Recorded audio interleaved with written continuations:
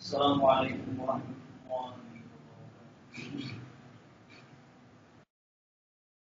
Alhamdulillah, nahmaduhu wa nasta'inuhu wa nastaghfiruh wa na'udzu billahi min shururi anfusina wa min sayyiati a'malina.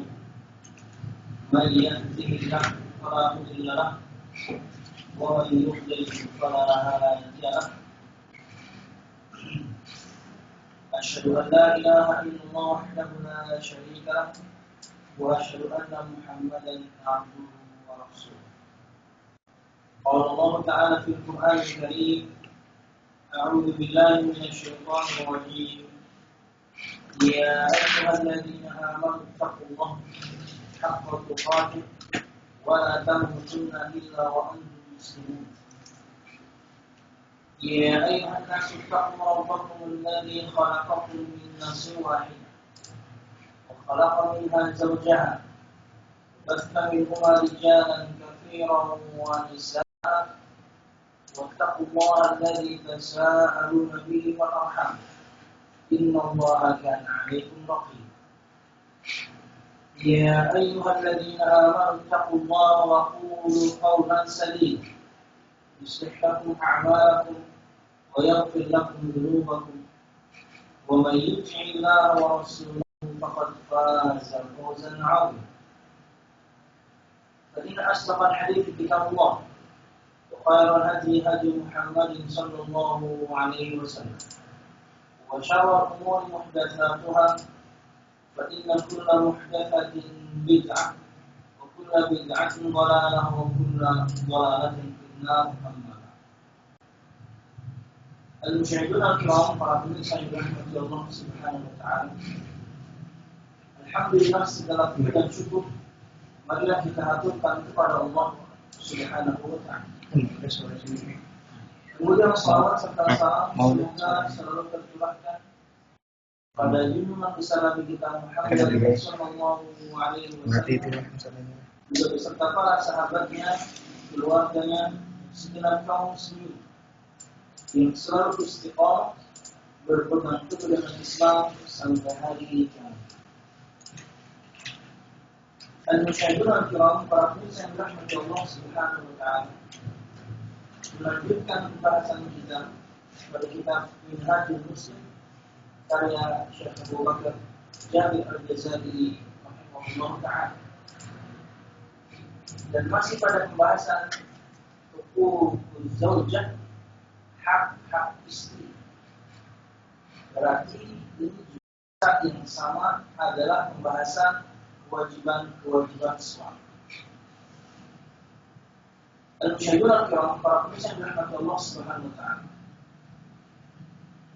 di beberapa pertemuan yang lalu kita pernah menyebutkan tentang kewajiban ayah dan suami, dan seingat saya waktu itu kita baru membahas kewajiban ayah, di mana itu adalah hak anak, dan kita belum bahas kemudian kewajiban suami, kecuali kemudian setelahnya jadi pertemuan. Jadi kita sebutkan hak istri, itu berarti kewajiban suami. Dan insyaallah pada kesempatan hari ini kita akan tambahkan faedah berkaitan dengan kewajiban istri, di mana itu adalah hak yang harus didapatkan oleh suami. Dan insyaallah kalau misalnya kajian kita berlanjut, maka kita akan bahas kewajiban anak, di mana itu adalah hak untuk orang tua, orang besar. Maka ini adalah bahasan berkaitan dengan hak-hak istri. Di saat yang sama adalah kewajiban suami. Dan pada pertemuan yang lalu, di dua pertemuan yang lalu, kita telah sebelum kita lanjutkan pada poin yang keempat dan kelima. Sebutkan dan berkaitan poin yang kelima dalam pelajaran. Di antara pemirsa di sana,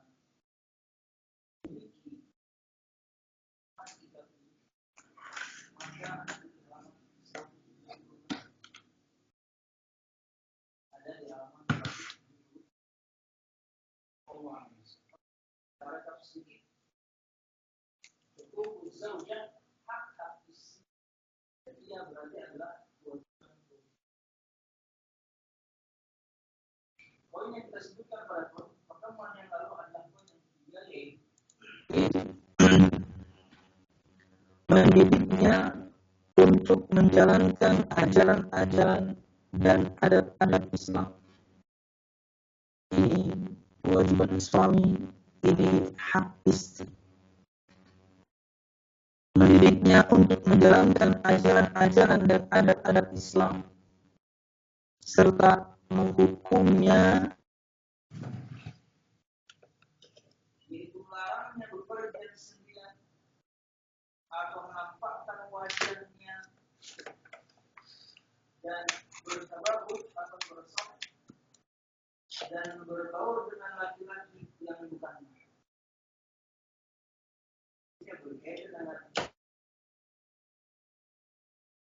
jumhur ulama Islam bahwasanya wajah dan dua telapak tangan bukan bagian dari aurat. Tapi kemudian jika seorang wanita ingin terhindar dari fitnah yang begitu banyak, akan lebih utama jika mereka kemudian menutupi wajahnya. Di samping itu, hendaknya memberikan perlindungan dan pengayoman yang cukup sehingga tidak membiarkannya merusak akhlak atau agama dan tidak membiarkan sarana untuk berbuat fasik terhadap perintah-perintah Allah dan Rasulnya Muhammad sallallahu alaihi wasallam atau berbuat jahat.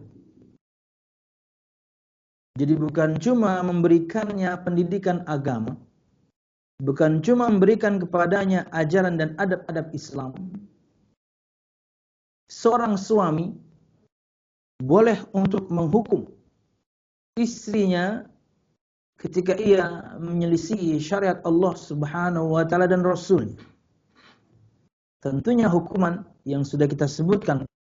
Kedua adabnya. Dan di antaranya melarangnya bepergian sendirian, bukan malah membolehkannya dengan dalih bahwasanya selama saya izinkan boleh. Enggak gitu. Yang melarangkan Nabi Muhammad. Kenapa kemudian Anda sebagai seorang suami membolehkannya? Kata Nabi Muhammad SAW, la tusafirul mar'ah illa ma'a bimahramin atau kama qala sallallahu alaihi wasallam. Janganlah seorang wanita bepergian safar kecuali bersama mahramnya, suaminya, ayahnya, kakeknya, pamannya, anak laki-lakinya yang sudah baligh. Jangan sampai kemudian seorang suami membolehkan sesuatu yang Nabi Muhammad larang dengan dalih bahwasanya selama saya sebagai seorang suami mengizinkan, boleh, pergi aja kamu. Enggak boleh. Tidak ada ketaatan kepada makhluk untuk bermaksiat kepada Allah Subhanahu wa taala. Wallahu a'lam bishawab. Melarangnya bepergian sendirian atau menampakkan wajahnya, tentunya ini perkara khilaf, tapi yang jelas yakni rata-rata para ulama mereka mengatakan wajah bukan bagian dari aurat.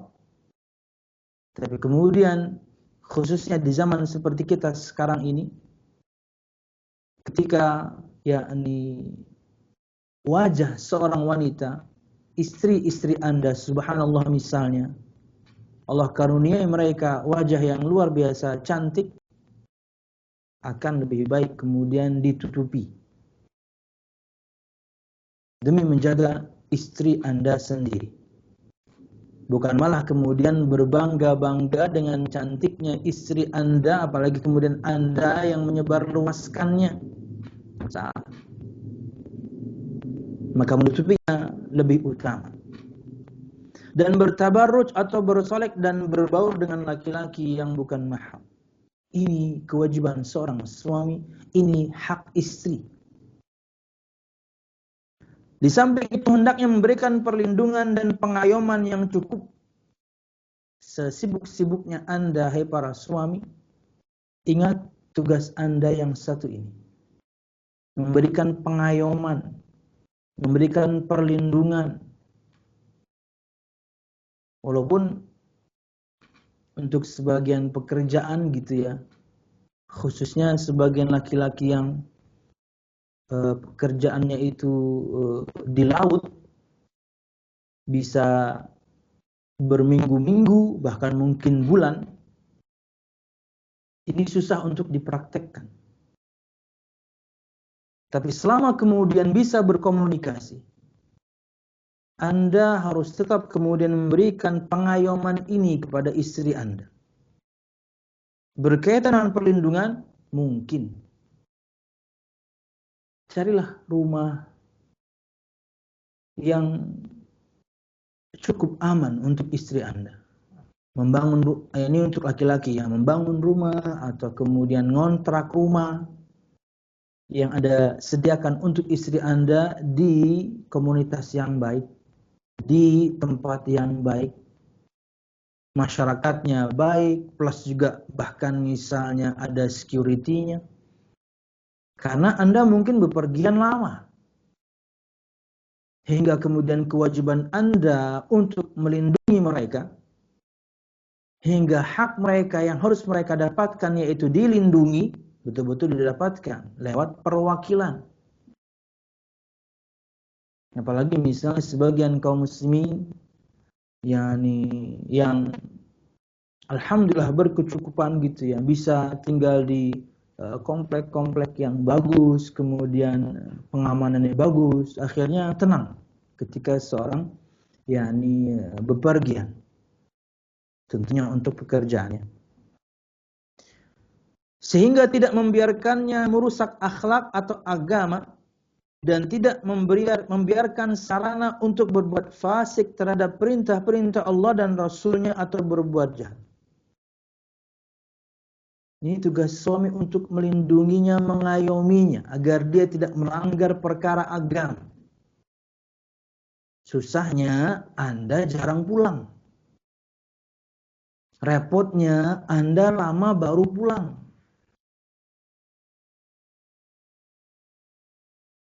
Tapi subhanallah dengan teknologi yang ada sekarang ini, bisa kita tetap berkomunikasi, bahkan mungkin dengan video call ya. Jangan sampai kemudian Anda tidak melindunginya hingga kemudian dia bermaksiat kepada Allah ketika Anda tidak ada. Atau Anda bahkan na'udzubillah memberikan sarana untuk dia untuk bermaksiat kepada Allah. Ini kewajiban suami dan ini hak istri. Karena kita sama kaum muslimin saja saling mengingatkan satu sama lain. Apalagi berkaitan dengan suami dan istri. Jika ada kesalahan pada istri, maka suami mengingatkan.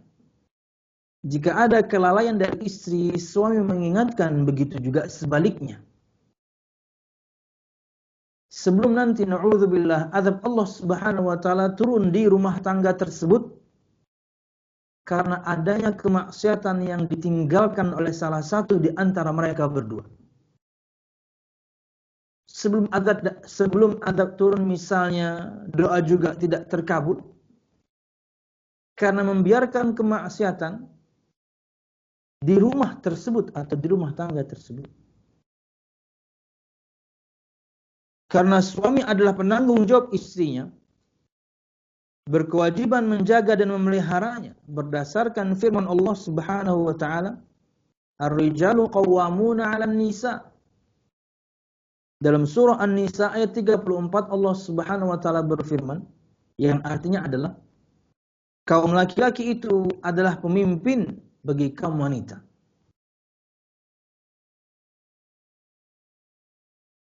Dan juga sabda Nabi Muhammad sallallahu alaihi wasallam, "War-rajulu ra'in fi ahlihi wa huwa mas'ulun an ra'iyatihi. Nabi Muhammad SAW bersabda dalam sebuah hadis yang dikeluarkan oleh Imam Al-Bukhari dan juga Muslim, yang artinya adalah laki-laki adalah pemimpin pada keluarganya dan akan diminta pertanggungjawaban terhadap keluarga yang dipimpinnya. Berat. Kewajiban laki-laki berat, maka hai para istri, bantu untuk meringankannya. Di antaranya dengan Anda mentaatinya, selama itu dalam kebaikan, selama itu dalam ketaatan kepada Allah dan Rasul-Nya. Hari kemarin ada pertanyaan berkaitan dengan ini, di mana kemudian jawaban ulun itu sampai di poin bagaimana yakni laki-laki punya hak, dan kemudian bagi penanya itu sepertinya tidak adil. Hak menceraikan ada pada suami, hak untuk kemudian berpoligami hanya pada laki-laki, hingga kemudian penanya menyebutkan begitu besar hak yang Allah Subhanahu wa taala berikan kepada laki-laki, tidak kepada perempuan. Tanggung jawabnya pun berat. Kalau seorang kemudian na'udzubillah menceraikan tanpa sebab, oh berat. Kalau seorang kemudian tidak adil, maka tanggung jawabnya berat. Allah itu maha adil. Allah berikan hak kepada laki-laki ini dan itu, tapi berat juga kemudian kewajiban dan yakni tanggung jawab yang dia pikul. Adil kok. Tidak perlu kemudian menyaksikan hukum Allah Subhanahu wa taala. Tapi subhanallah, dalam kasus cerai, perempuan pun bisa mengajukan, kan? Kurang adil apa coba? Asal memang si suami memenuhi persyaratan untuk diajukan padanya gugatan cerai. Akidahnya berubah, akhlaknya berubah, orangnya berubah secara fisik. Jadi orang yang cacat misalnya, na'udzubillah, walaupun kasihan tentunya untuk si laki-lakinya, adil kok. Kalau kita kemudian mau membahasnya, sama kayak kemarin misalnya juga ada jamaah kita datang ke rumah berkaitan dengan waris, di mana umum sekarang, khususnya di Banjarmasin, saya tidak tahu di tempat yang lain, prakteknya banyak. Kenapa? Karena pertanyaan yang masuk banyak. Bagaimana warisan itu dibagi rata antara laki-laki dan perempuan? Padahal hukum Allah laki-laki 2 kali lipat perempuan. Dan itu adil kok. Anda nggak pernah membahasnya sih. Anak laki-laki ketika dapat 100 juta warisan dari orang tuanya, ada hak istrinya di sana, ada hak anaknya di sana, ada hak orang yang dia ayomi di sana, di 100 juta itu. Tapi ketika si anak perempuan dapat 50, suaminya nggak boleh ikut-ikut. Suaminya nggak punya hak di situ. Anaknya, saudara nggak ada. Murni Anda bisa simpan 50 juta. Murni bisa Anda belanjakan 50 juta. Si laki-laki yang dapat 100 bisa habis. Kenapa? Yang dia ayomi banyak. Adil kok. Ya, kita aja yang nggak bahas. Kita aja mungkin yang belum mendapatkan sisi pandangan yang lain.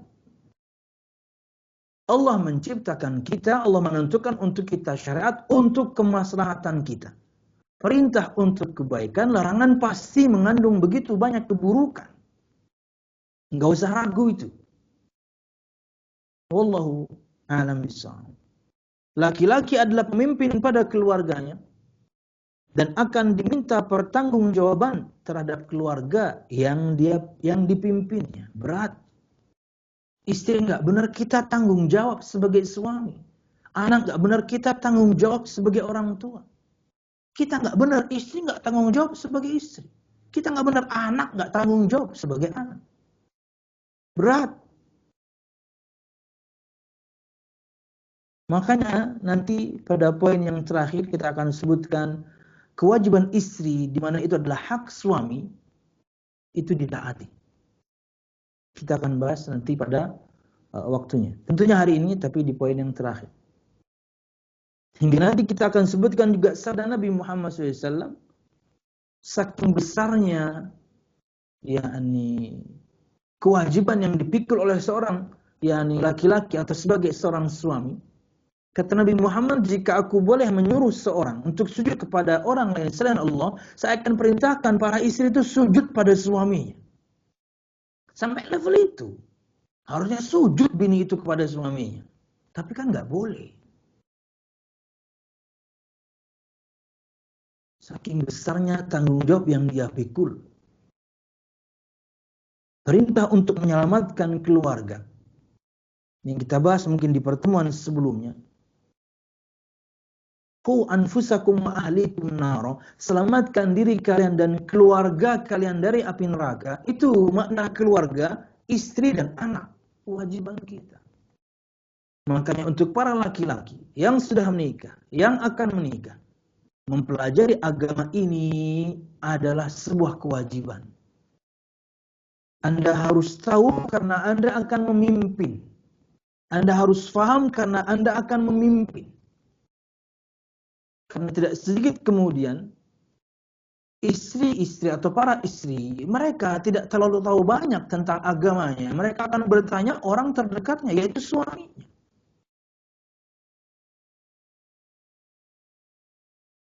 Lah kalau suaminya kemudian nggak paham kan repot.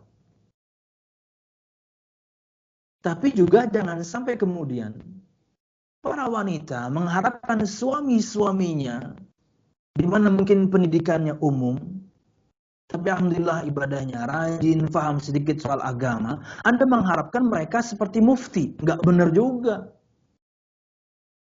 Semua masalah agama Anda tanya, dia paham, Anda nikah sama orang keluaran agama kalau begitu.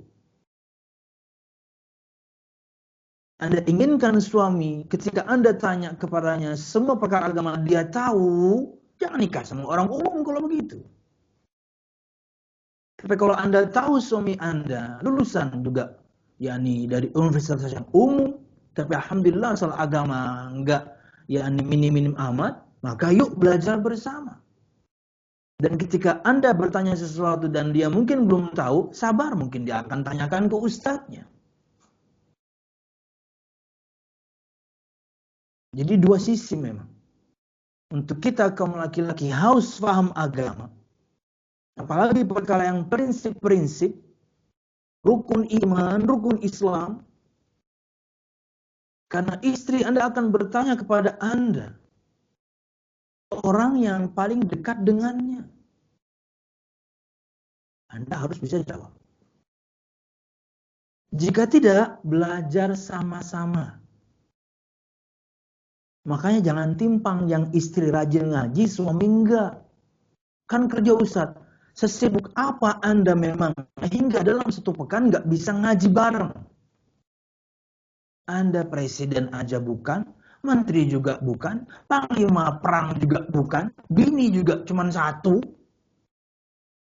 Sesibuk apa Anda memangnya hingga kemudian dalam satu pekan, 1 jam, 2 jam, 2 jam sampai 4 jam, Anda nggak punya waktu belajar bersama istri.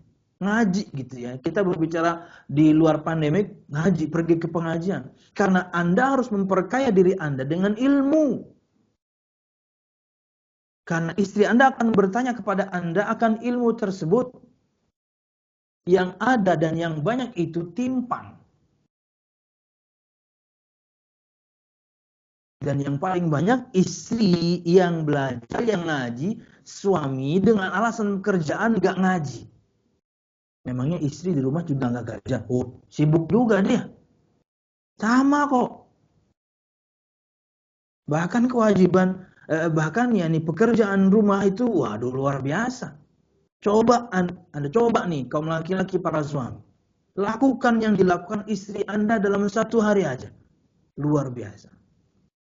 Mungkin hari kedua Anda cari tukang pijat itu. Berat tugas mereka juga.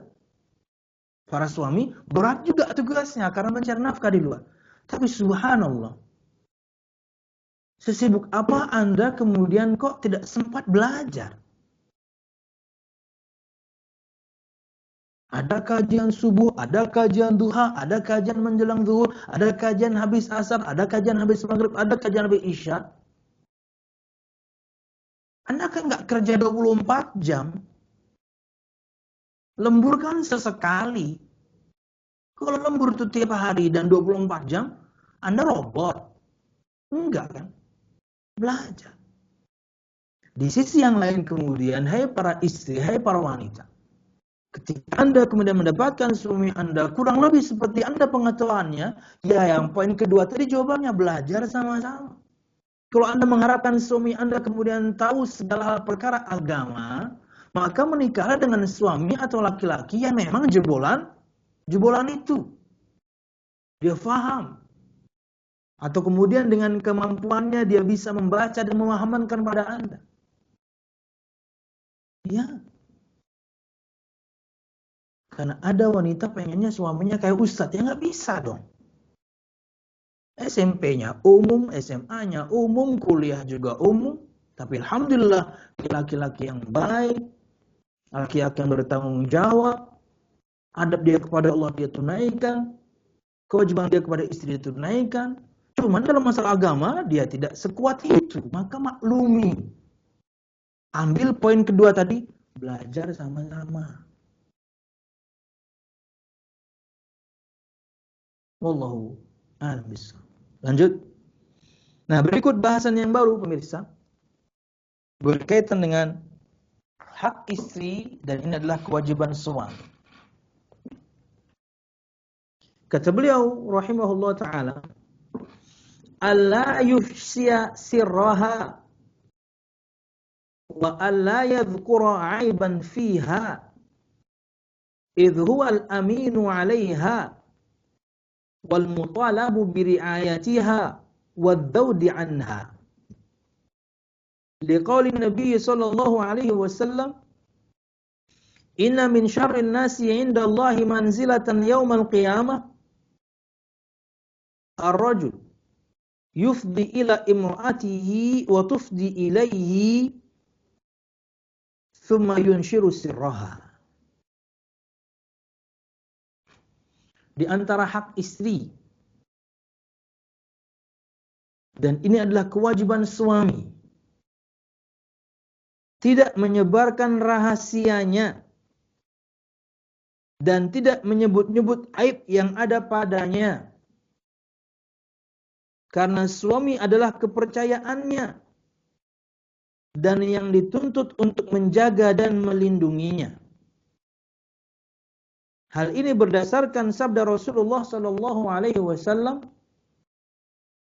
dalam hadis yang dikeluarkan oleh Imam Muslim, yang artinya adalah sesungguhnya seburuk-buruk kedudukan manusia di sisi Allah pada hari kiamat kelak adalah laki-laki yang menggauli istrinya dan istrinya pun menggaulinya, lalu suaminya menyebarkan rahasianya.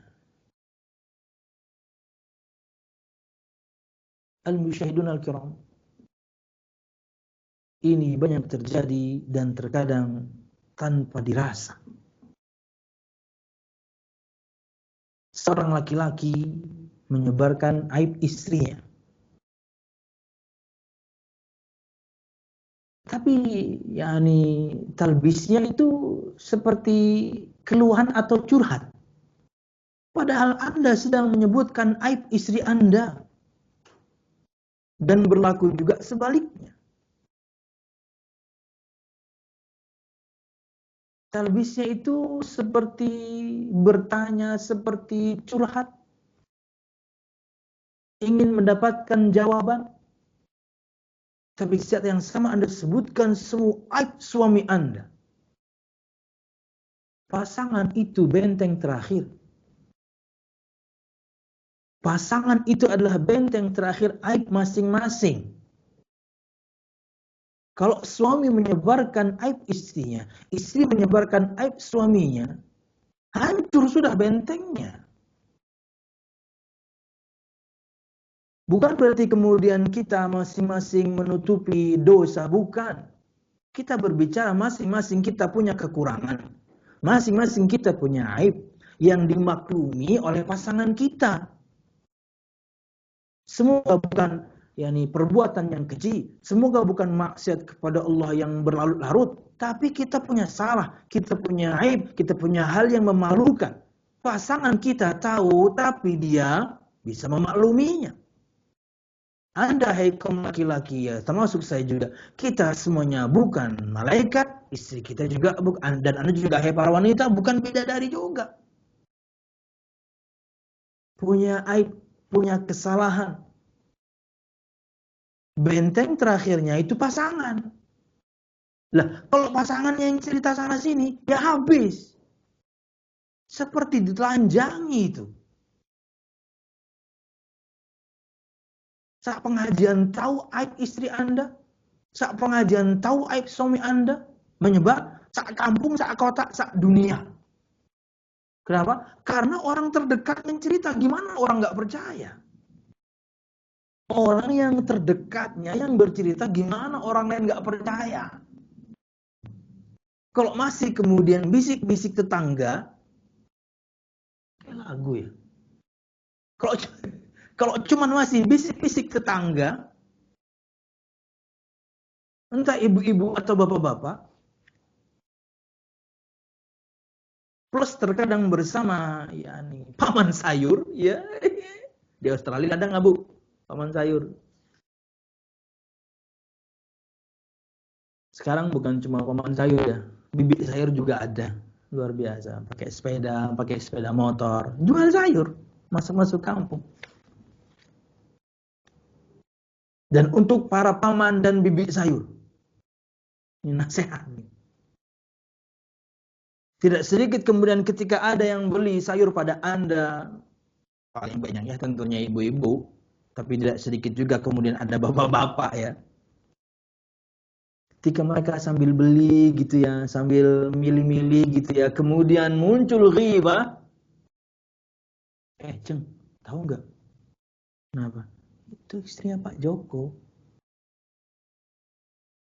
Kan secara tidak langsung paman dan bibi sayur ini dengar tuh. Kenapa memang itu istrinya Pak Joko? Suaminya itu. Kenapa? Namanya Joko. Itu bukan aib ya. Sorry. Misalnya kemudian dia menyebutkan aib. Dan selain untuk Pak Joko United Tractor atau siapapun yang namanya Joko, ini yang paling mudah di benak saya gitu ya, nama Joko gitu ya. Atau mungkin itu di Jawa Tengah ya. Kalau di Jawa Barat mungkin Jaka ya. Kalau mungkin di Barat mungkin Jack ya. Jack Dawson gitu ya. Apa ini? Pengajian macam apa ini? Iya. Terkadang obrolan itu kemudian Anda dengarkan secara tidak langsung, jangan dibawa ke kampung sebelah. Hai para paman dan bibi sayur. Yang harus Anda lakukan, nasihati. Bu, belanja aja ya Bu, nggak usah ngobrolin orang. Situ paman sayur apa Ustadz? Harus tegakkan hujjah. Supaya mereka nggak begitu tiap hari. Dan Anda jangan pindah ke kampung lain. Ibu-ibu, tadi saya dari kampung sebelah. Nama, waduh, itu Pak Joko. Kenapa? Namanya Joko.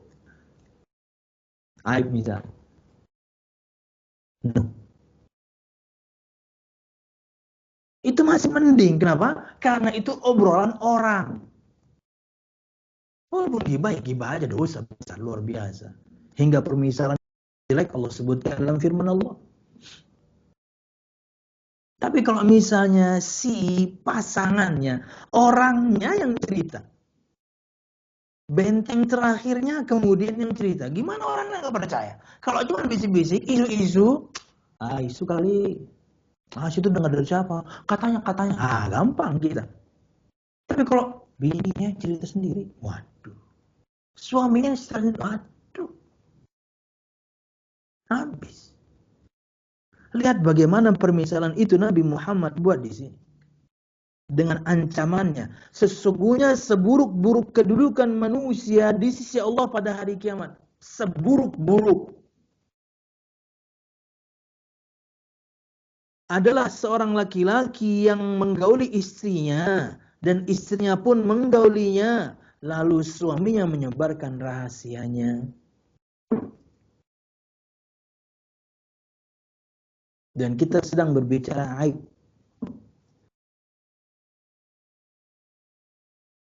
Para istri di luar sana. Mungkin suami Anda dalam urusan kamarnya tidak seperti yang Anda inginkan. Dan para suami di luar sana. Mungkin istri Anda tidak seperti yang Anda inginkan. Dalam urusan kamarnya. Maka bersabarlah. Ya, maka bersabarlah. Cari akar masalahnya, perbaiki. Jadikan bahan introspeksi, kenapa saya kok dapat istri seperti ini. Jangan-jangan memang karena memang dosa saya juga. Kayak kemarin gitu ya, persis. Seorang suaminya buruk. Saya katakan, Anda harus bersabar. Tapi jadikan bahan introspeksi, kenapa Anda dapat suami buruk. Jangan-jangan Anda buruk. Dan dia mengatakan, betul Ustaz, sepertinya ini adalah balasan untuk keburukan saya di masa lalu. Nah, bagus. Anda nggak mau membela diri. Anda nggak membela diri. Jadi kalau misalnya Anda dapat pasangan dalam urusan yang paling banyak menyebabkan perceraian, ranjang dan kamar, pasangan Anda tidak seperti yang Anda inginkan, tidak baik, tidak bagus, tidak memuaskan, sabar. Bukan malah disebarkan. Bini anak itu ada, nggak boleh. Atau ada suami saya itu, nggak boleh. Yang ada Anda harus bersabar. Jadikan badan introspeksi, kenapa kok saya dapat suami kayak gitu. Bukan malah menyebarkan aib karena Anda benteng terakhir. Anda yang cerita, siapa kemudian yang nggak percaya? Lawang Anda istrinya, lawang Anda suaminya. Bersabar. Kenapa? Karena bisa jadi ada orang yang lebih buruk pasangannya. Karena ada orang yang bahkan belum punya pasangan. Harusnya kayak gitu cara pikirnya. Sebaliknya, jika Anda mendapatkan pasangan, dalam hal ini seperti yang Anda inginkan. Dia baik, dia bagus, dia memuaskan misalnya. Nikmati untuk diri Anda. Nggak usah cerita-cerita juga. Istri saya itu, suami saya itu, nggak usah. Nikmati aja untuk diri Anda sendiri. Syukuri. Itu nikmat dari Allah Subhanahu wa taala. Kenapa? Karena jika Anda menceritakannya, banyak orang di luar sana, yaitu orang-orang yang pertama tadi tidak mendapatkan dari pasangannya. Mereka akan iri, mereka akan hasad. Kebaikan dan keburukan. Kepuasan atau tidak. Kehebatan atau tidak. Berkaitan dengan pasangan suami istri, khususnya masalah kamarnya, simpan untuk diri Anda. Jika tidak seperti yang Anda inginkan, bersabarlah, cari solusi. Jika seperti yang Anda inginkan luar biasa, nikmati, nggak usah sebaliknya. Dan kita sedang berbicara poin pertama. Berkaitan dengan aib. Anda itu benteng terakhir. Anda menggaulinya, Anda sebutkan aibnya. Yang perempuan juga Anda menggaulinya atau minta digauli dan digauli, Anda sebutkan aibnya. Gimana itu?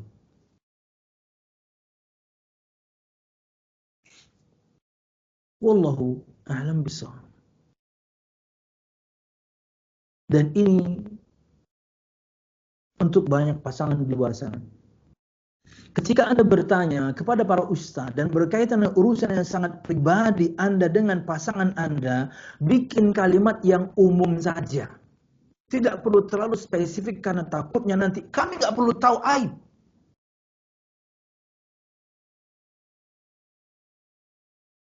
Nggak usah terburu-buru, langsung tanya. Enggak.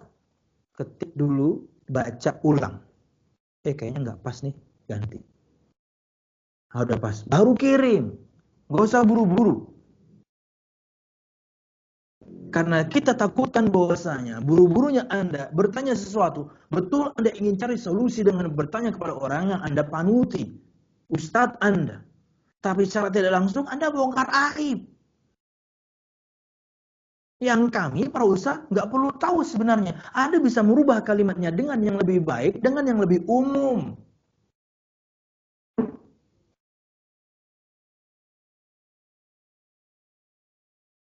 Walaupun terkadang disebutkan, mohon maaf Ustadz, jadinya menyebutkan aib. Anda sedang menyebutkan, nggak usah mohon maaf. Dari pertama jangan sebutin.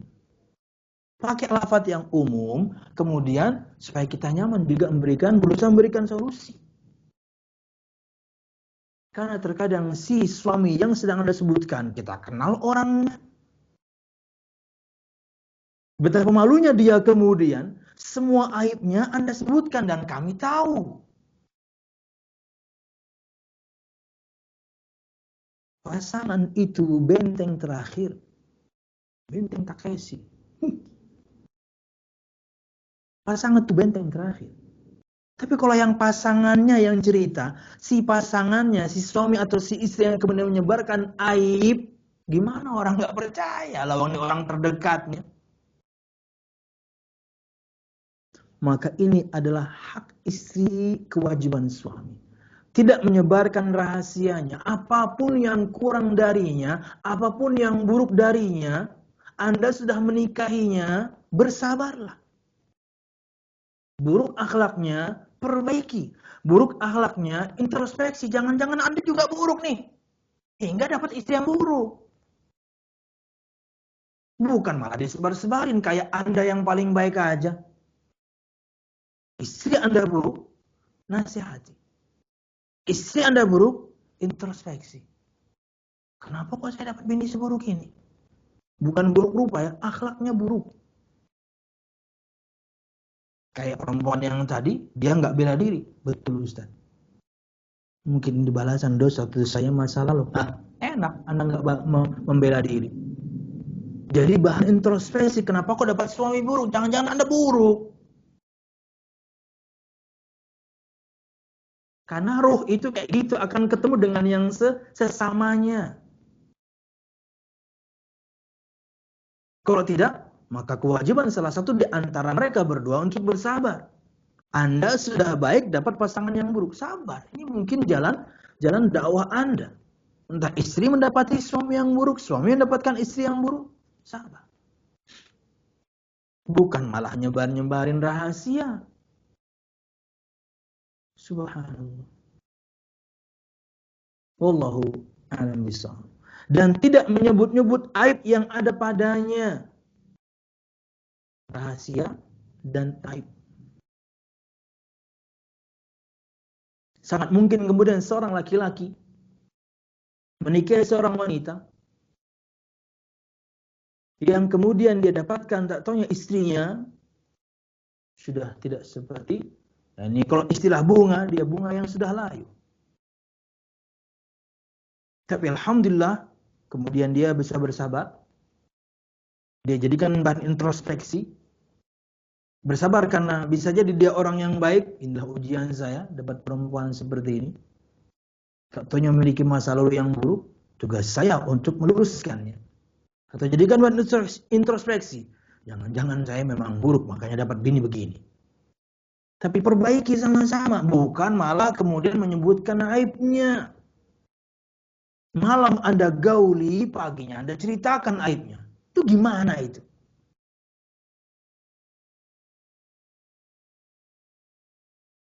Ini juga ya di antara pentingnya belajar agama ya untuk kita kaum laki-laki. Apalagi dalam bab talak, cerai menceraikan. Cerai pagi, malam minta jatah. Cerai pagi, malam minta jatah. Anda main-main.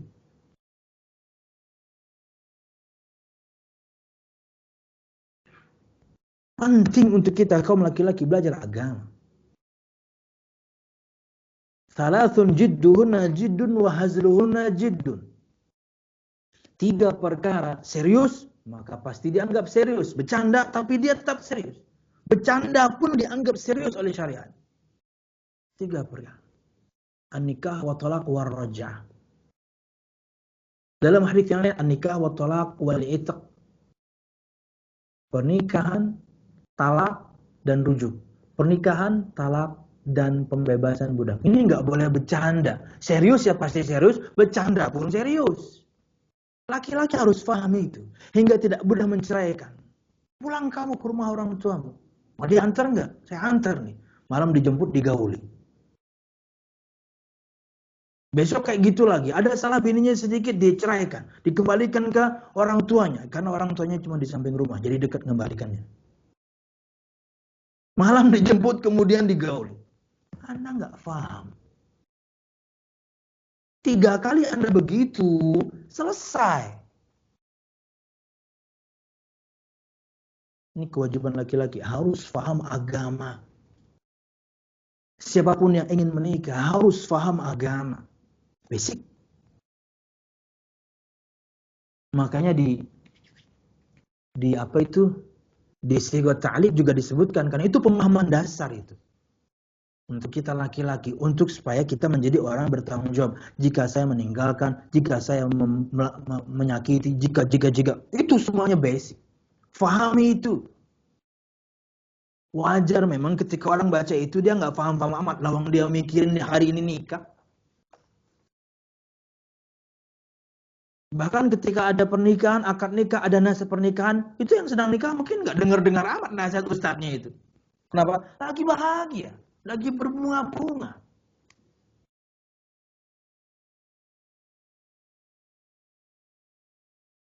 Makanya sebelum itulah Anda belajar. Yang laki-laki belajar hak dan kewajibannya agar dia nanti dapat haknya. Yang perempuan belajar apa kewajibannya agar nanti dapat haknya seperti yang kita bahas. Tidak menyebarkan rahasianya dan tidak menyebut-nyebut aib yang ada padanya. Ini kewajiban suami, ini hak istri.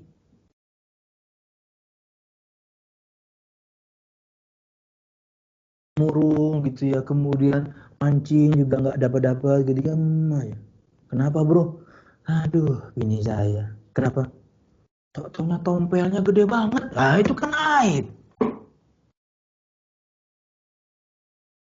Di mana? Di seluruh tubuh. Itu bukan tompel. Istri Anda monyet.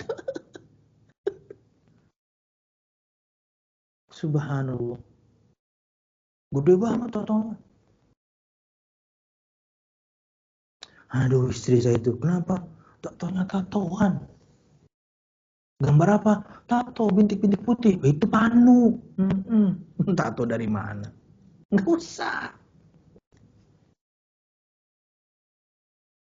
Ini aib fisik ya.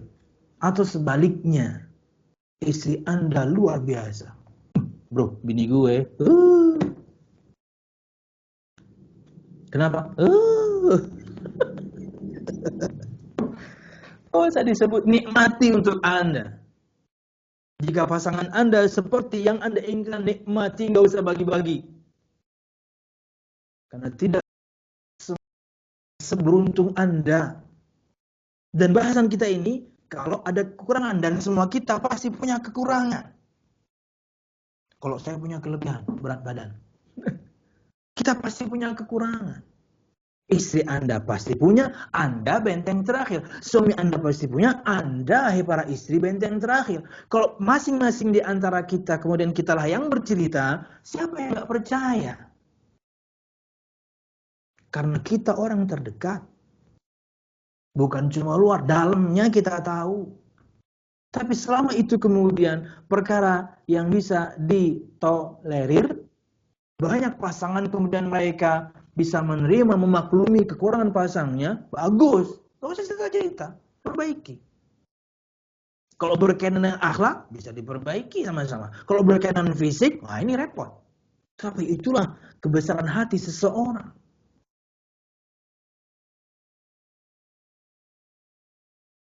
Wallahu a'lam bishawab. Wallahu a'lam bishawab. Oke, lanjut.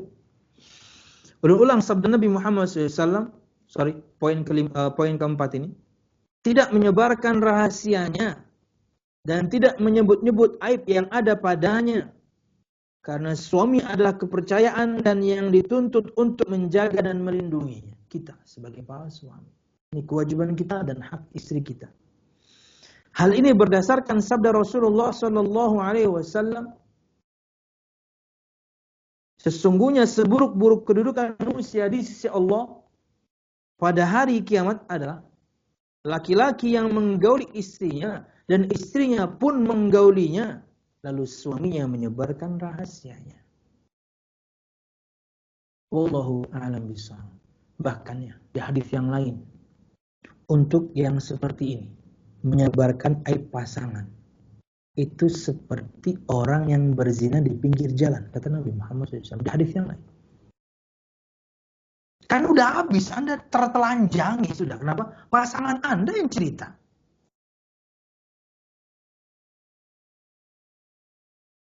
Suami saya itu tampilannya doang kayak gitu, hutangnya banyak banget. Apa manfaatnya Anda cerita begitu? Suami saya tampilannya doang kayak gitu. Ya mungkin parasnya oke lah ya, tapi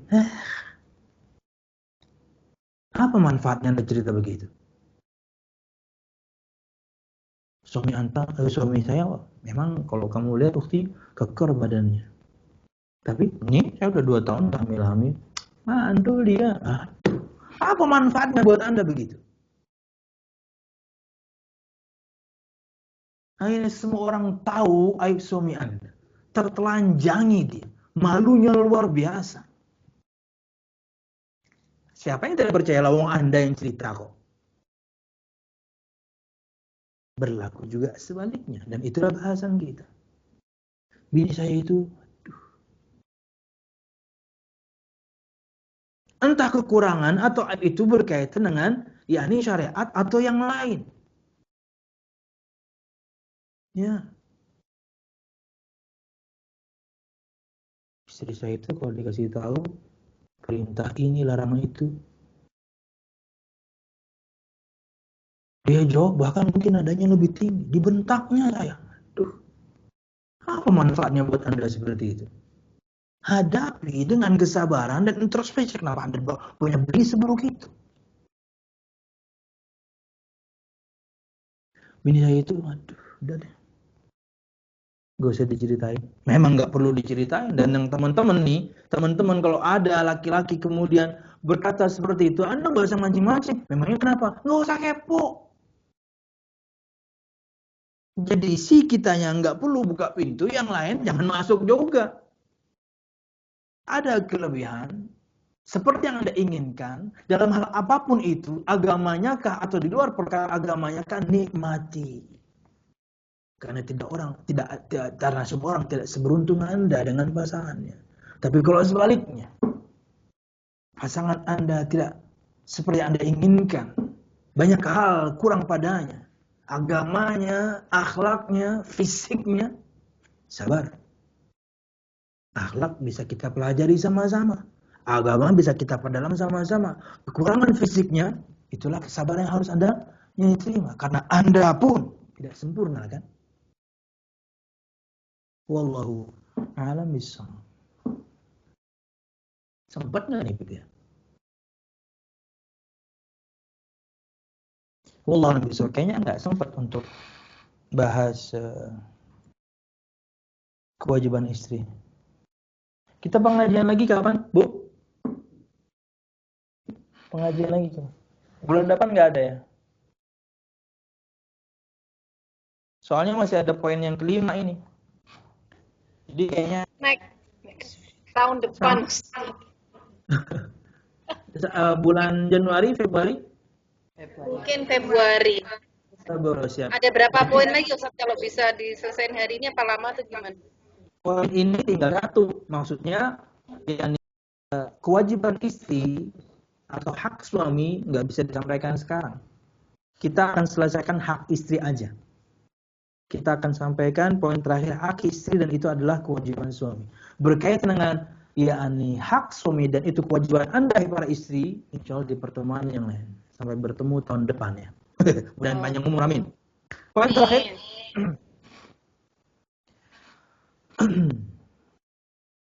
Walaupun rada berat ini ya, tapi kita apa adanya yang menyampaikan ini yang ditulis oleh Syekh ya. Ini bab poligami tentunya. Tapi ini adalah hak istri, kewajiban suami. Ini berat untuk para laki-laki. Ayya'dila bainaha wa baina darratiha. In kana laha darrah. Ya'dilu bainahuma fi at-ta'ami wasyarabi wal libas wasakani wal mabiti fil firash. Wa alla yahifa fi syai'in min dhalika.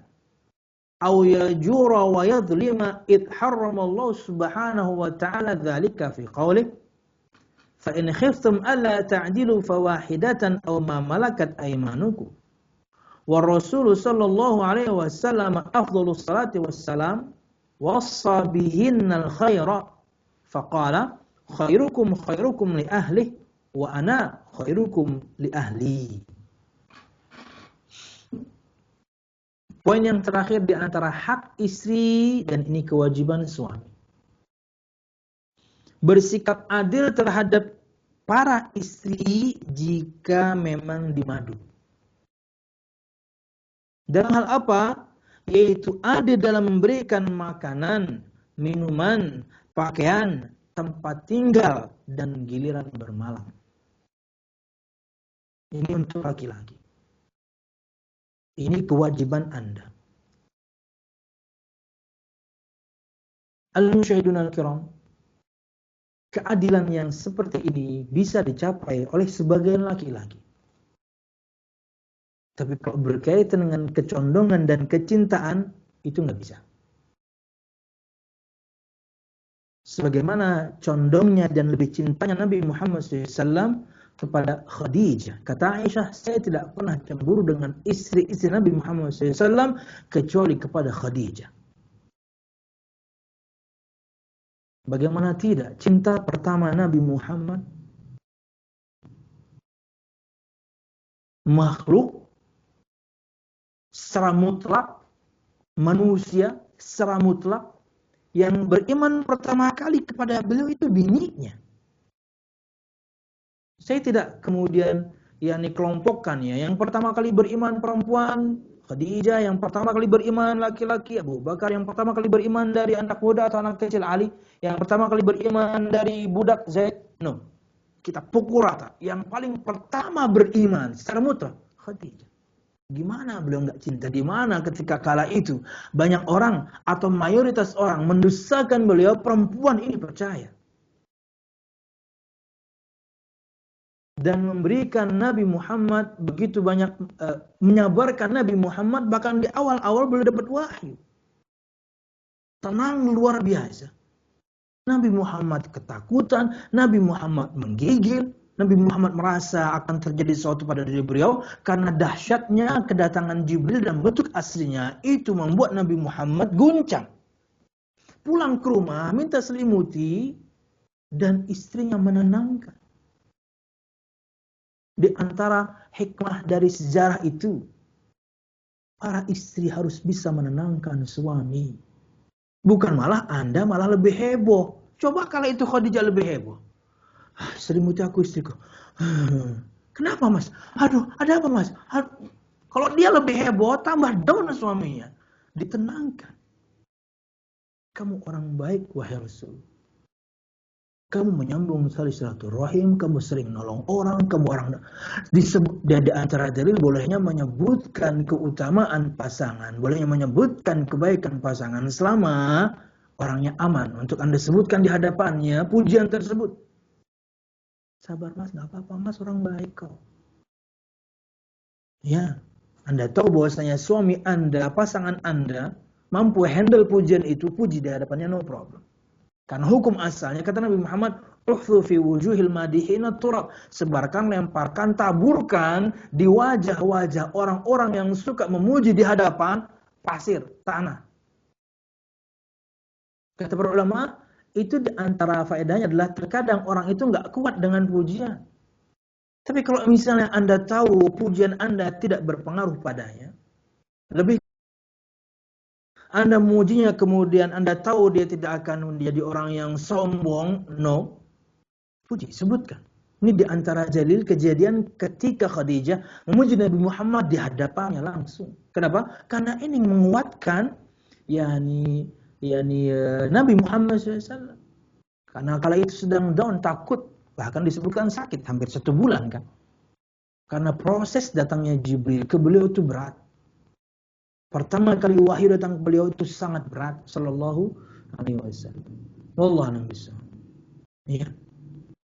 Tapi kalau ini bisa dicapai oleh sebagian laki-laki yang Allah berikan padanya karunia. Makanan, minuman, pakaian, tempat tinggal, kendaraan, dan selama bermalam. Bisa dicapai.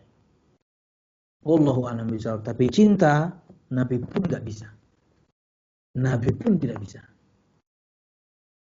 Karena kecondongan beliau kepada Khadijah luar biasa. Hingga Aisyah sendiri ketika Nabi Muhammad ditanya, itu yang pertama kali keluar dari lisan beliau itu Aisyah sebenarnya. Wahai Rasul, siapa orang yang paling kamu cintai? Aisyah langsung, jebret Aisyah. Maksud kami, wahai Rasul, laki-laki, bapaknya. Artinya Nabi Muhammad sangat cinta Aisyah radhiyallahu anha. Tapi kalau kemudian dilakukan sebuah perbandingan berdasarkan cerita Aisyah sendiri, cinta beliau kepada Khadijah luar biasa. Wallahu a'lam bishawab. Ini kewajiban suami, ini hak istri yang harus mereka dapatkan. Makanya ketika laki-laki boleh berpoligami, hak dia untuk berpoligami tidak terjadi untuk perempuan, kewajibannya pun berat. Adil kok, ancamannya pun berat kalau kemudian dia zalim. Perhatikan. Tidak berat sebelah dalam hal-hal tersebut atau curang ataupun aniaya. Jadi nggak gampangan poligami itu. Makanya kayak kemarin gitu ya. Kemarin persis 2 akhwat gitu ya. Pertanyaannya mirip-mirip. Berkaitan dengan dia ingin minta cerai dari suaminya yang ingin berpoligami. Sabar dulu. Karena yang dia lakukan itu hak dia. Ketika dia menjalankan kewajibannya kepada Allah, kepada Anda, haram Anda minta cerai. Karena poligami bukan maksiat. Tapi gini deh saya bilang, Anda dan suami tonton dulu. Saya kemudian kasih link ceramahnya Al-Ustaz Al-Fadhil Ahmad Zainuddin hafizallahu taala dengan judul Poligami Bukan Perusak Rumah Tangga. Adil pembahasannya, berimbang pembahasannya, agar untuk laki-laki tidak gampangan untuk mendua, agar untuk wanita tidak gampangan minta cerai ketika suaminya padahal memenuhi persyaratan. Adil. Nonton sama-sama saya bilang. Agar masing-masing punya cara pandang syariatnya. Ini syariat Allah Subhanahu wa taala. Tapi tidak banyak kemudian laki-laki yang dikaruniai bisa menjalankannya. Tapi jika bisa, maka ini kewajiban yang harus dia tunaikan. Wallahu a'lam bishawab. Bersikap adil terhadap para istri jika memang dimadu. Yaitu adil dalam memberi makanan, minuman, pakaian, berkaitan dengan pakaian nih. Yang nggak usah dibelikan langsung juga, kasih mentahannya biar mereka beli sendiri aja. Sudah kita bahas di pertemuan-pertemuan yang lalu. Kenapa? Karena mereka yang paling tahu. Hai para suami, mereka yang paling tahu. Anda kasih mentahannya aja. Berapa dek harganya? Segini 100.000 mas. Kasih. Karena terkadang kita memang nggak pengen bikin surprise gitu ya. kemudian kita belikan, size-nya salah, kemudian kita belikan, dia nggak suka. Kasih mentahannya aja, biar dia panggang sendiri. Maksudnya dia beli sendiri. Tempat tinggal dan giliran. Tidak berat sebelah dalam hal-hal tersebut atau curang ataupun aniaya. Ini ancaman untuk para laki-laki, siapapun di antara kita. Karena Allah Subhanahu wa taala telah mengharamkannya untuk berbuat zalim kepada orang, apalagi kepada pasangan. Sebagaimana firman-Nya, "Fa in khiftum alla ta'dilu fawahidatan aw ma malakat aymanukum." Dalam surah An-Nisa ayat 3 Allah berfirman, Kemudian jika kamu tidak akan dapat berlaku adil dalam 5 perkara tadi, maka kamu inilah seorang saja. Jadi ini pertimbangan untuk banyak laki-laki. Kalau enggak mampu, finansial enggak kuat, seksual enggak kuat, tidak membuat Anda lebih bertakwa. Apa ya biasanya? Ustaz Ahmad menyebutkan 3 persyaratan dari yang disadur dari perkataan para ulama. Kuat finansial, kuat seksual, kuat juga kemudian bisa berbuat adil dengan bahasa yang tadi, tidak termasuk include cinta, karena itu susah. Nah ini yang nomor 4. Tambahan. Menikahnya itu membuat Anda makin takwa. Bukan menikahnya itu membuat Anda condong kepada salah satu, na'udzubillah, bahkan menceraikan yang lain. Rusak berarti itu. Dan untuk kaum laki-laki, termasuk ulun pribadi tentunya, jangan mengatasnamakan syariat padahal Anda belum mampu. Dan jangan mengatasnamakan kedurhakaan ketika istri Anda tidak setuju, padahal tidak setuju beralasan. Perempuan berikutnya yang akan Anda inahi perempuan nakal. Saya bongkar aja nih sekalian. Tapi kan saya nggak sebutin nama.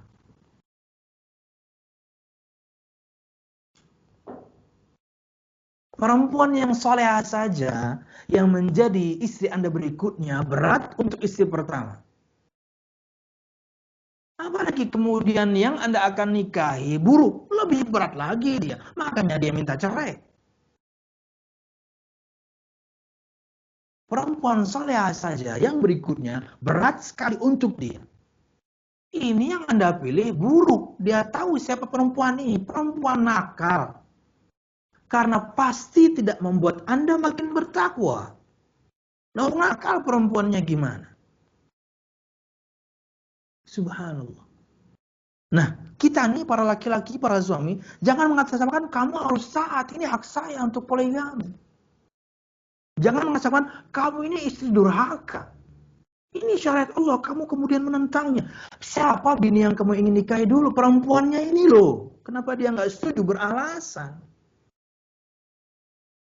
Allah alam bisa. Penting ini. Jangan berlindung di balik yakni pembolehan pada syariat. Ini syariat, ini dibolehkan. Kemudian kita semena-mena. No. Ancamannya berat untuk siapapun di antara kita yang berbuat zalim, apalagi kepada istri. Wallahu a'lam bishawab.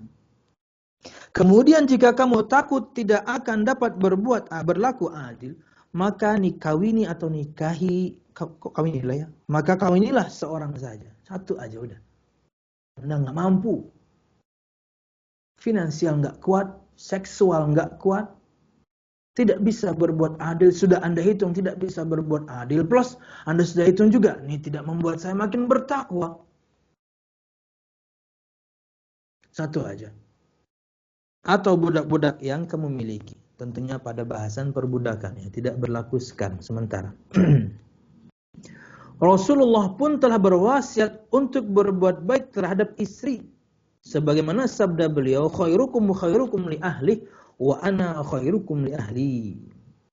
Sebaik-baik kalian adalah yang paling baik terhadap istrinya dan aku adalah yang paling baik di antara kalian terhadap istri. Laki-laki yang baik itu yang baik pada istrinya. Bukan baik pada temannya sama istrinya buruk. No. Jangan kebalik. Sama temannya lembut, sama istrinya kasar. No. Laki-laki terbaik itu yang baik sama bininya. Mungkin di luar kelihatan kasar, mungkin di luar kelihatan kaku sama bininya. Wih, lembutnya luar biasa. Kenapa? Karena itu yang paling utama yang harus dilakukan kalau ingin jadi laki-laki, Pak. Tapi subhanallah, orang kalau basicnya baik, ya baik aja udah. Ke orang lain baik, apalagi sama bini. Ke orang lain baik, apalagi sama anak. Ke orang lain baik, apalagi sama orang tua. Sama orang aja baik dia. Wallahu a'lam. Kita sampaikan dan bermanfaat. Salah dan khilaf, mohon maaf. Mudah-mudahan kajian kita diberkahi Allah Subhanahu wa taala. Amin. Ya rabbal alamin. Ada yang mau tanya enggak? Ada yang mau tanya di sini? Iya. Belum jawab yang di sini. 10 ya? 10. Sini kan? Iya. Assalamualaikum Ustaz. Ya, waalaikumsalam. Mau tanya, ada suami istri yang dari menikah itu kan dua-duanya bekerja, tapi dari menikah sampai sekarang 17 tahun lah usia perkawinannya, selalu istrinya yang cari nafkah padahal suaminya bekerja. Nah sekarang itu istrinya seperti udah capek karena usianya tambah tua dan sebentar lagi pensiun. Ya seperti mau mengajukan gugat cerai gitu karena udah lelah, anaknya sebentar lagi kuliah, butuh banyak biaya, sedangkan suaminya itu kerja tapi tertutup dengan keuangan gitu, Ustaz. Jadi gimana? Itu ada hak nggak kalau istrinya minta gugat cerai gitu, Ustaz? Siap. Adakah hak untuk wanita untuk menggugat cerai suaminya ketika tidak bisa menafkahi atau menafkahi tapi nggak maksimal? Ya tidak nafkahi tapi nggak maksimal. Tapi sebenarnya suaminya tuh kerja, cuma tertutup gitu sama keuangan. Jadi yang dipakai tuh uang istrinya. Kerja tapi tertutup. Maksudnya kerja tapi gimana nih? Kerja tapi nggak ngasih. Jadi yang laki kerja. Yang laki kerja. Oh, yang suami kerja, kan istrinya pengen resign nih. Yang suami kerja tapi untuk kebutuhan nggak nutupin. Iya gitu. Oh, siap. Sebenarnya apa ya? Suaminya itu punya.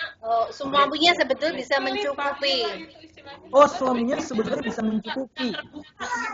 Tapi nyuruh istrinya tetap kerja. Iya, mau resign nggak boleh. Oh, siap, paham saya, paham. Siap. Al-Musyahidun al-Kiram, para pemirsa, khususnya ibu-ibu yang ada di Australia, berkaitan dengan ketika seorang wanita, istri, dia kemudian ingin berhenti bekerja, maka itu sudah hukum dari awal, dia basicnya memang itu nggak kerja harusnya. Maka ketika dia ingin berhenti, kita sebagai kaum laki-laki harusnya lebih senang. Karena tugas di rumah itu jauh lebih berat.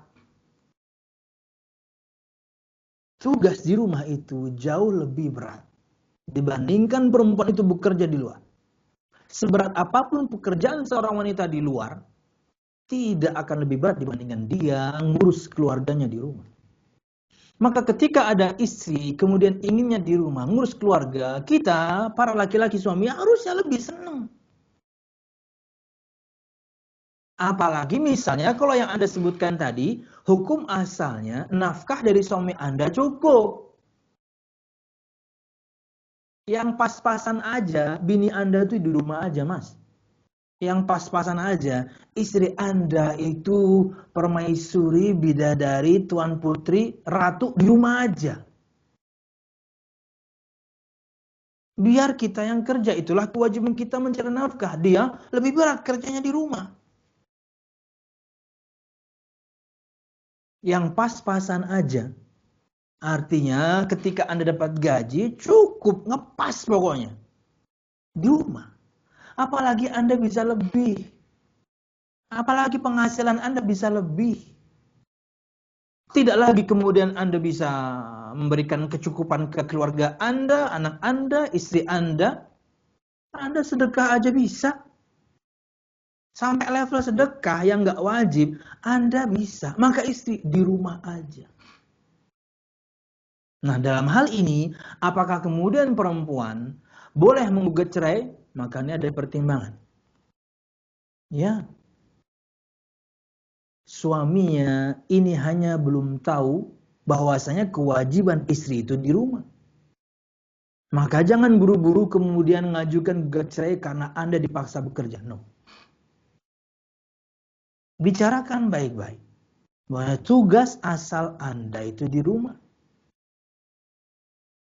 Dan tugas Anda di rumah itu bukan ringan, sangat berat sebenarnya. Bertemulah. Kalau bisa kemudian, kalau misalnya mentok berdua, hadirkan orang tua masing-masing. Cari jalan keluar. Cerai itu jangan dimasukin menu dulu. Karena ini seharusnya Anda lakukan sejak awal, yaitu di rumah ngurus keluarga. Suami yang bekerja. Bersabarlah. Jangan ajukan gugat cerai. Karena tentunya dia hanya belum tahu. Tapi kalau misalnya nih, jadi berandai-andai nih, misal dengan Anda kemudian ingin resign, kemudian dia mengatakan, kalau kamu resign saya cerai, ambil resiko itu. Kalau Anda berani. Ya, karena Anda itu di rumah, hukum asalnya. Dan hai para laki-laki, ketika istri Anda ingin di rumah, itu luar biasa menenangkan hati. Keluarga Anda akan dia ayomi. Istri Anda sedang ayomi, bukan pembantu. Tanpa mengurangi rasa hormat kepada para pembantu. Jadi sedikit orang yang berpendidikan tinggi, suaminya, istrinya, anaknya, pendidikan pembantu. Yang mohon maaf, nggak tinggi-tinggi amat. Nggak ada kan pembantu S3? Nggak ada. Nggak ada pembantu S3. Nggak ada pembantu S2. Nggak ada pembantu S1. Nggak. Tanpa mengurangi rasa hormat dengan ini pekerjaan tersebut. Nggak. Tapi kita tahu standar rata-ratanya. SD aja mungkin mereka nggak selesai, SMP aja mungkin mereka nggak selesai, maksimal lulus SMA doang. Ya. S1 nyari kerjaan yang lebih bagus mereka, ngapain jadi PRT? Wallahu a'lam bishawab. Jadi para suami, hai para lelaki, ketika istri Anda ingin di rumah, itu nikmat. Mereka tahu kemudian kewajibannya sebagai seorang wanita. Yaitu Pak, ngurus rumah tangga. Nikmat. Biar kita aja yang capek kerja. Dan Anda ketika mereka ingin di rumah, kemudian Anda tetap menceraikannya, Anda zalim. Ingat, kezaliman itu mendatangkan madaratnya cash. Di dunia pun Allah balas. Ini untuk bahan pertimbangan untuk laki-lakinya. Babani muajjalani uqubahuma fid dunya. Dua pintu dosa. Kalau Anda buka, Anda memasukinya di dunia ini, Anda melakukan dosa tersebut, Allah akan segerakan hukumannya di dunia. Al-baghyu wal-uqub. Kezaliman dan kedurhakaan. Zalim kepada siapapun. Apalagi kepada bini. Berkumpul, obrolkan baik-baik. Apalagi Anda sudah berumur, anak Anda sudah dewasa juga. Lebih banyak waktu Anda harusnya di rumah, hai istri. Pahamkan itu pada suami. Toh, kemudian suami bukan cuma cukup, bahkan berlebih yang bisa dia dapatkan untuk menafkahi keluarga. Mentok, maka hadirkan wali masing-masing, tetap untuk diobrolkan, cari solusi terbaik. Dan hai para laki-laki, ketika istri Anda ingin seperti ini, itu lebih baik. Rizki mereka lewat Anda. Anda nggak akan mati sampai rizki Anda sempurna. Rizki mereka lewat Anda. Hai para laki-laki. Nggak usah ragu. Untuk apa kemudian Anda pengen numpuk-numpuk? Ha? Anda numpuk banyak, mati jadi warisan juga. Kalau misalnya kemudian Anda mencari nafkah dan Anda menafkahi keluarga, oh Anda sudah menunaikan tanggung jawab. Surga di hadapan Anda. Wallahu a'lam bishawab. Wallahu a'lam bishawab. Jadi demikian ya, jangan saya tidak katakan Anda berhak mengajukan gugat, enggak. Karena perempuan itu boleh minta cerai kalau tadi kita sebutkan akidahnya berubah, tadinya Ahlus Sunnah kemudian jadi Syiah, tadinya Muslim kemudian murtad, gugat cerai Anda. Setelah ditegakkan hujjah, sudah dinasihati, diingatkan, dia tetap memilih pilihannya dengan penyimpangan tersebut, gugat. 2, akhlaknya berubah. Entah itu kepada Allah atau kepada manusia. Dulu salat, sekarang enggak lagi. Dulu menjalankan sunnah, sekarang dulu taat, sekarang tidak. Dulu sayang, sekarang main pukul. Dulu menafkahi, sekarang tidak. Akhlaknya berubah. Entah kepada Allah atau kepada hamba. Boleh Anda gugat setelah ditegakkan hujjah. Sudah diingatkan. Mas, ini kewajiban kamu loh sebagai laki-laki. Mas, ini kan nggak boleh. Kamu boleh menghukum saya, boleh mukul saya, kalau ada level-level kesalahan saya. Itu pun bukan di wajah kan mukulnya. Sudah tegakkan hujjah, tempelin dia lagi. Wah, ajukan. Atau yang terakhir tadi, fisiknya berubah. Tadinya ganteng, kemudian ini mungkin jadi buruk rupa karena kecelakaan kah apakah. Boleh hak Anda nggak menggugat. Bayangin, kurang adil apa Islam itu. Ini di antara keterangan Syekh Shalih Fauzan bin Abdul Al-Fauzan dalam kitab Al-Irsyad ila Tawdih Masail Zat. Syarah singkat untuk Zadul Mustaqni. Mudah saya lihat, bukan Zadul Ma'ad, Zadul Mustaqni. Dari Syekh Shalih Fauzan. Ini 3 syarat itu.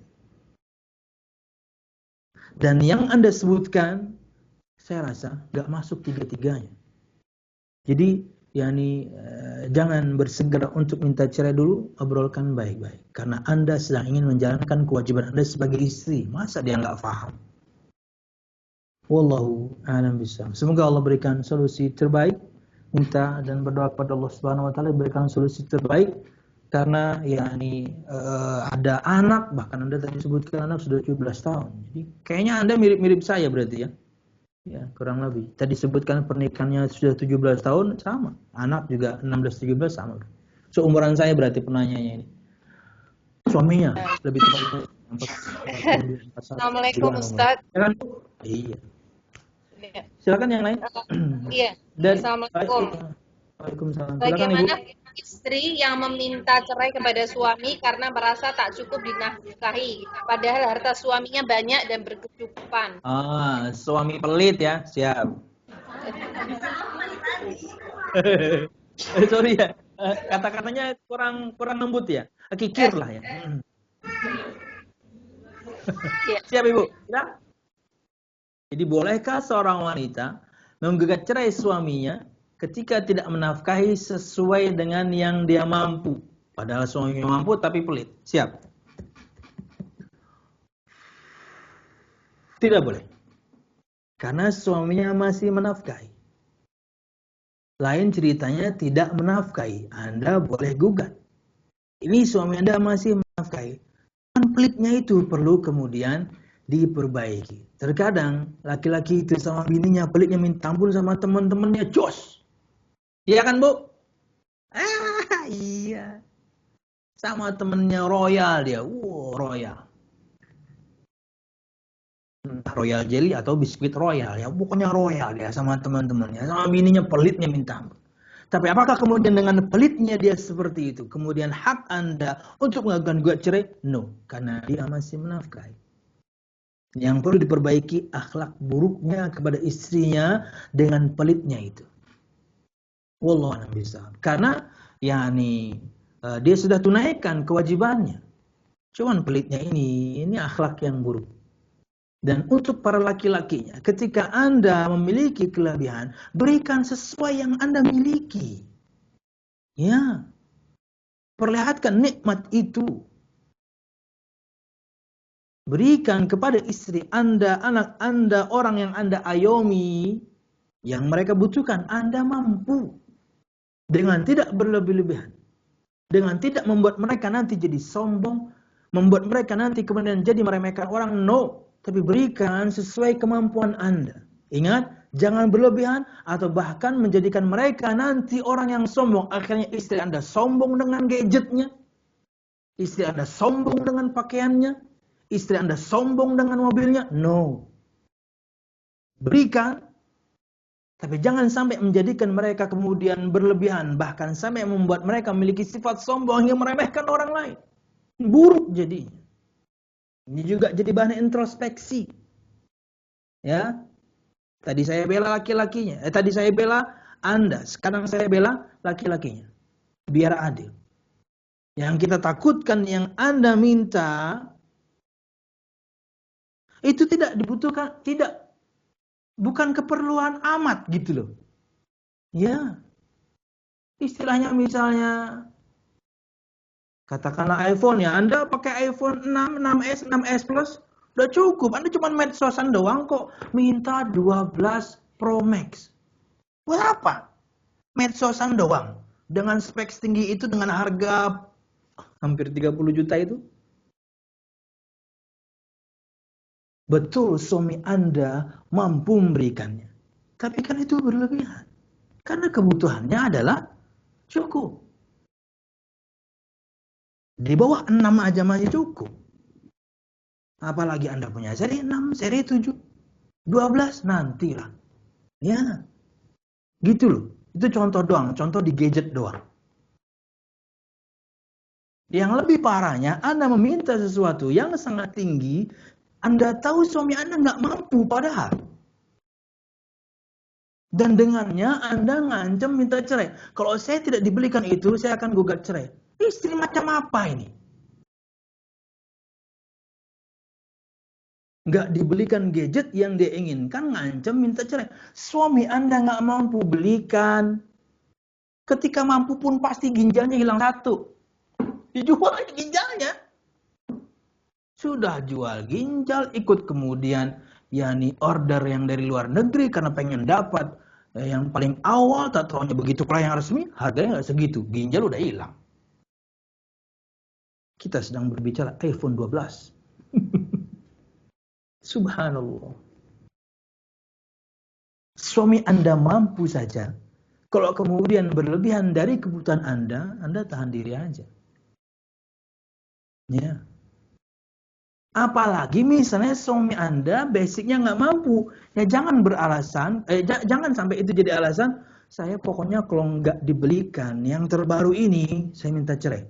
Ya haram hukumnya. Bahkan kata Nabi Muhammad tidak mencium bau surga.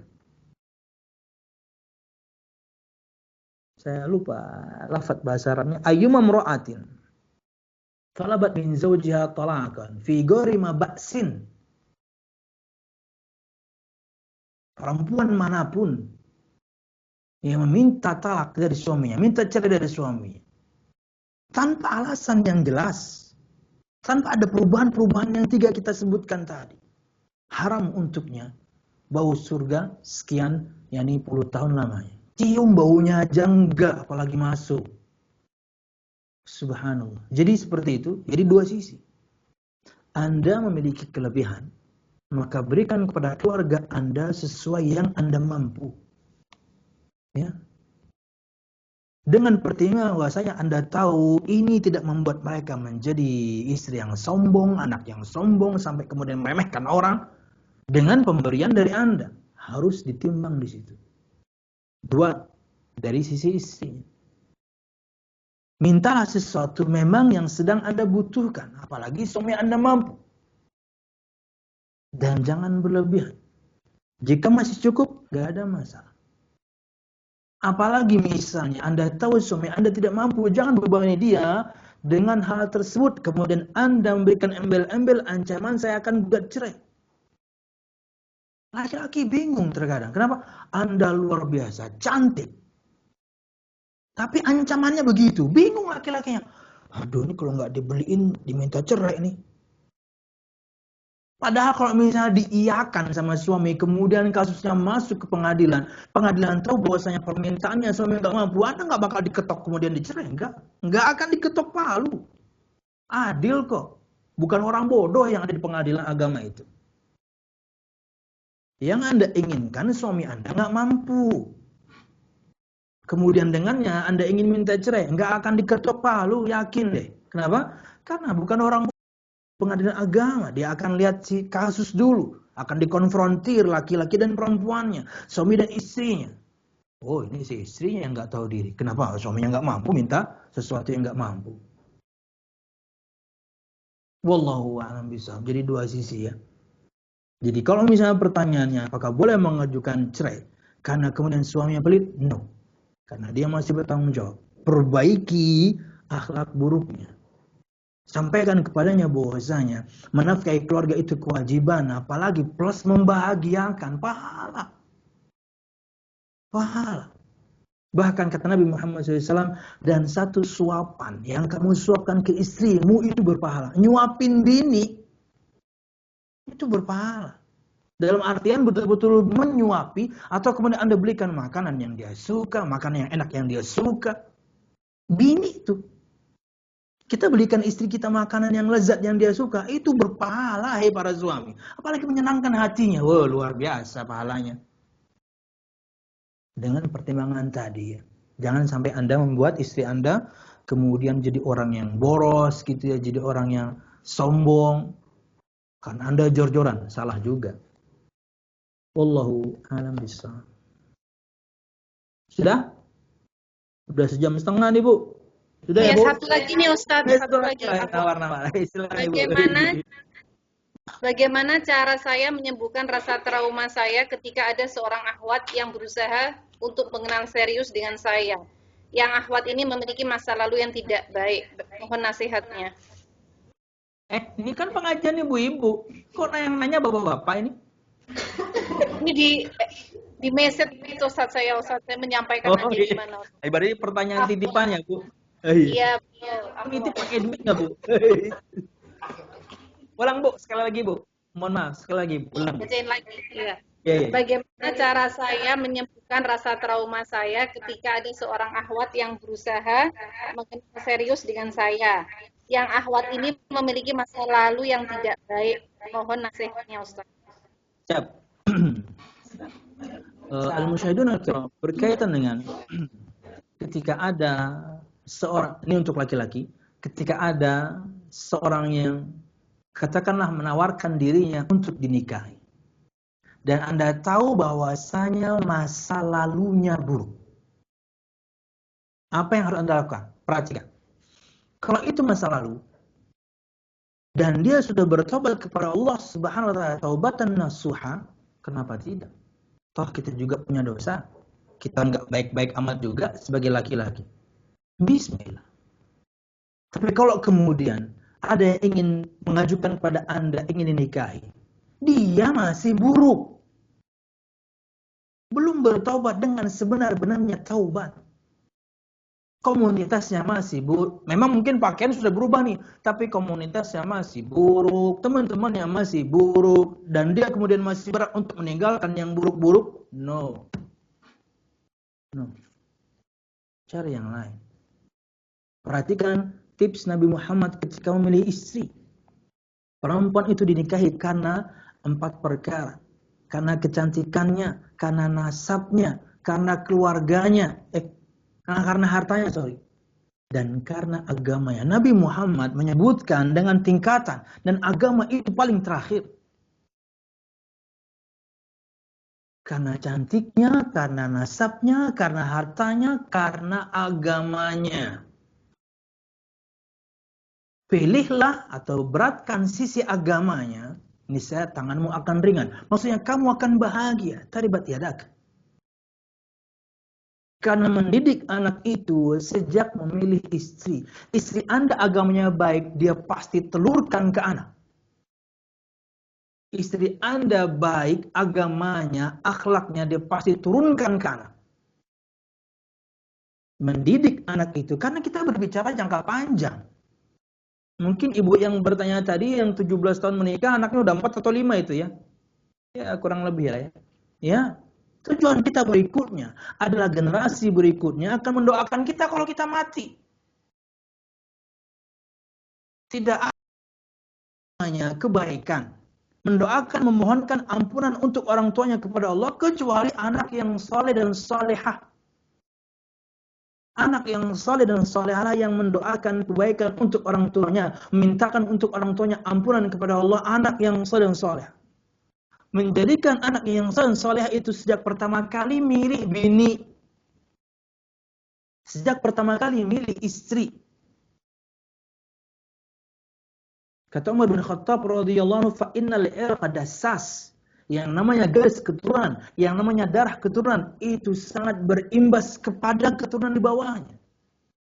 Anda mendapatkan yang salihah, insya Allah berikutnya akan begitu. Karena dia akan telurkan apa yang dia miliki kepada anak-anaknya. Buruk istri Anda, turun ke anak-anak. Baik istri Anda, turun ke anak-anak. Dan akhirnya mereka nanti, kalau baik, akhirnya mereka betul-betul menjadi ini penyejuk mata Anda. Istri baik, akhlaknya, agamanya, turun ke anak. Bukan pandemik aja, betah dia di rumah, kenapa? Bercengkrama dia dengan keluarganya. Subhanallah. Jadi begitu ya. Kalau perempuan tersebut sudah taubat, sebenar-benar taubat, perbuatan yang lalu pastinya sudah dia tinggalkan, teman-teman yang buruk sudah dia tinggalkan, komunitas yang buruk sudah dia tinggalkan,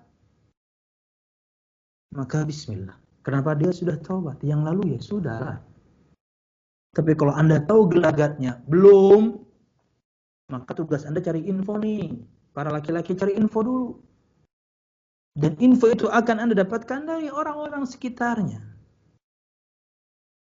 Belum mas, itu baru hijrah pakaiannya doang. Oh gitu ya, iya. Teman-temannya masih buruk semua mas. Ya, wallahualam bishawab. Jadi Anda nggak usah galau, apalagi na'udzubillah sampai trauma. Tapi Anda harus tegas. Sekarang Anda harus cari info dulu. Betul taubat nasuha dia, bismillah. Karena perempuan ketika menawarkan dirinya untuk dinikahi, insya Allah dia akan berbakti pada Anda. Bukan berarti kemudian yang tidak menawarkan dirinya nggak berbakti. Ketika dia ingin Anda untuk menikahinya, maka dia yakni berarti akan berbakti luar biasa. Bukan berarti yang lain tidak berbakti. Ya. Anda cari info dulu. Taubatan nasuha dia dari masa lalunya yang buruk, bismillah. Allah Maha Pengampun, kenapa Anda enggak? Tapi kalau misalnya gelagatnya belum, maka nanti dulu. Atau yang ketiga nih, Anda jadi orang yang bisa mengeluarkannya dari yang buruk. Kalau Anda sebagai laki-laki punya power itu, Anda bisa ambil dia dari komunitas yang buruk, Anda jauhkan dia dari teman-teman yang buruk, Anda keluarkan dari semua keburukan. Karena dia misalnya baru hijrah, baru belajar, baru setahun. Sedikit banyak masih ada buruk sana sini. Tapi Anda kemudian memiliki kemampuan lebih untuk bisa menguasai istri Anda, meluruskan istri Anda, bismillah. Tapi kalau enggak, tetap poin yang kedua. Entar dulu. Wallahu a'lam bishawab. Ini yang bisa kita sampaikan. Dan bermanfaat dan mohon maaf dan kajian kita di berkah. Bisa tak? Amin ya rabbal alamin. Ada lagi? Kalau ya Skype kan bisa ya. Titik ini jangan apa ya? Iya. Masalah. Silakan. Ini Mahat ini bertanya, bagaimana hukum istri yang mengetahui suaminya korupsi, namun dibiarkan saja, Tad? Mohon itunya nasihatnya, Tad. Jazakallah khair. Siap. Jika seorang istri mendapati suaminya bermaksiat secara umum, oke, dan dalam hal ini korupsi, maka tugas dia mengingatkan, menasihati. Kenapa? Karena itu akan Anda makan. Pemberian suami akan Anda makan, pemberian suami akan Anda minum, akan Anda nikmati. Karena Anda tahu itu haram. Lain ceritanya, Anda sebagai istri, Anda sebagai anak, tidak tahu yang didapatkan oleh suami Anda, tidak tahu dari mana yang didapatkan oleh orang tua Anda. Maka, yakni cara mendapatkan merubah hukum. Ingat ya, ini kasus kalau Anda tidak tahu. Anda tidak tahu, yakni bahwasanya ada keburukan suami Anda. Anda tidak tahu bahwasanya ada keburukan pada penghasilan orang tua Anda. Anda nggak tahu nih. Karena hukum asalnya dia bekerja aja tuh. Dan kalau secara zahir ya lempeng biasa aja. Tapi taunya di dalam sana dia berbuat kecurangan. Walaupun dengan niat ingin menafkahi keluarga, tapi dia curang ke apakah, tapi Anda nggak tahu nih. Maka cara mendapatkan merubah hukum. Cara Anda mendapatkan duitnya haram. Tapi cara Anda mendapatkan yakni duit tersebut halal karena Anda diberi oleh suami, karena Anda diberi oleh orang tua. Kenapa? karena tidak tahu. Tapi kalau kemudian Anda tahu dari mana asal usulnya, tugas Anda menasihati. Anda harus tentukan sikap. Mana bata min suhtin fannaru aula lahu. Daging yang tumbuh pada tubuh ini atau mengalir di tubuh ini sesuatu yang haram, kata Nabi Muhammad, neraka lebih pantas untuknya. Ini nasihat untuk kami semua kaum laki-laki, para pencari nafkah. Cari yang halal dengan cara yang halal. Anda gak bakal mati sampai rezeki Anda sempurna. Anak istri Anda lewat Anda. Jangan kemudian karena ingin instan, Anda ingin menyenangkan istri, ingin menyenangkan anak, mengatasnamakan yang penting kan keluarga bahagia, haram-haram deh, nanti saya yang tanggung. Nggak bisa begitu. Ini kewajiban kita memberikan asupan yang baik.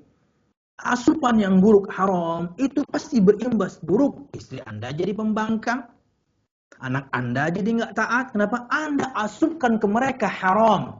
Yang Anda asupkan ke mereka panas. Gimana kemudian akan dingin dan jadi baik? No. Jadi kalau Anda mendapati suami Anda demikian, ingatkan. Sudah diingatkan, dia lanjut. Poin yang tadi. Akhlaknya buruk. Opsi menggugat terbuka. Kenapa? Akhlaknya buruk. Menafkahi Anda dengan yang haram. Padahal sudah dinasihati dan dia lanjut. Wallahu a'lam bishawab. Mudah-mudahan bermanfaat. Salah dan khilaf, mohon maaf. Mudah-mudahan kajian kita diberkahi Allah Subhanahu wa taala. Amin ya rabbal alamin. Subhanakallahumma bihamdika asyhadu an la ilaha illa anta astaghfiruka wa atubu ilaik. Wassalamualaikum warahmatullahi wabarakatuh. Waalaikumsalam warahmatullahi wabarakatuh. Jazakallah khairan Ustaz. Taufik.